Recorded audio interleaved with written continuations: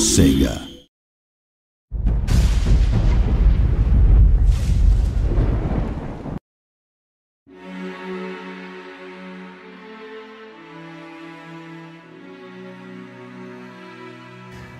It was very important for us this time in Conduit to be a lot less linear in our level progression. It felt like a lot of corridors, and it was all set in Washington, D.C., which was great because it was iconic. People could pick up on it right away. They might recognize things from movies and that sort of thing. But the downside of that is you're fighting in a lot of spaces that feel the same, and you don't feel like it's a big open world at all. In Conduit 2, we wanted to feel much more realized with events going on around you.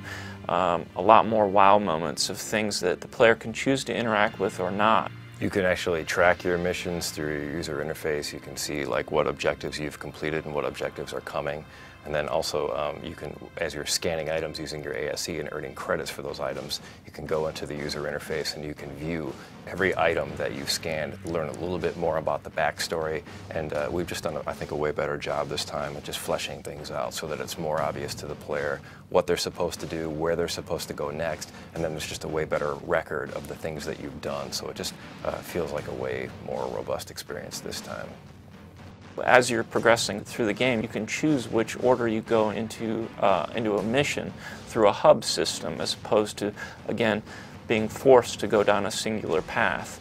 Those were all things that were really critical to us to make the game feel more alive, and that all came from fan feedback. So we really wanted to listen to them and hear what they had to say and apply it to what we were doing.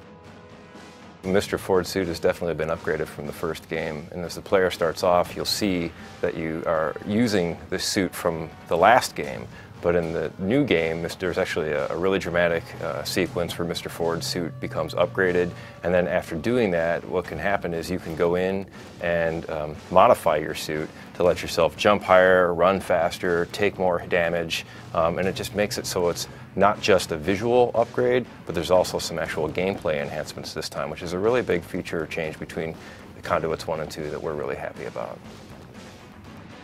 Conduit 2 has a great deal of customization. First game we had some customization of control and HUD. We extend that even further. We even have a great deal of customization of the character, so you can change out your avatar in multiplayer. All of the component pieces of that avatar, each of them have over 20 modular pieces with a primary and secondary color. You can go in and tweak out your stats. So you have a lot of modifiers, such as being able to run longer or shoot better with certain types of weapons. And it allows for a great deal of variety and allows players to play how they want to play.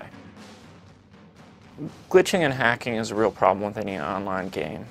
You have issues with folks coming in and disrupting the play experience for people that legitimately purchase the game. We're very cognizant of that, and we wanted to make sure that the play experience was as good as possible for the people that want to have a great experience. So we have patching and updates that will go on throughout it, and we've been a lot more airtight in that experience, making sure that those exploits aren't quite as obvious to people that might want to be more nefarious in their online exploits. Best of luck to you and your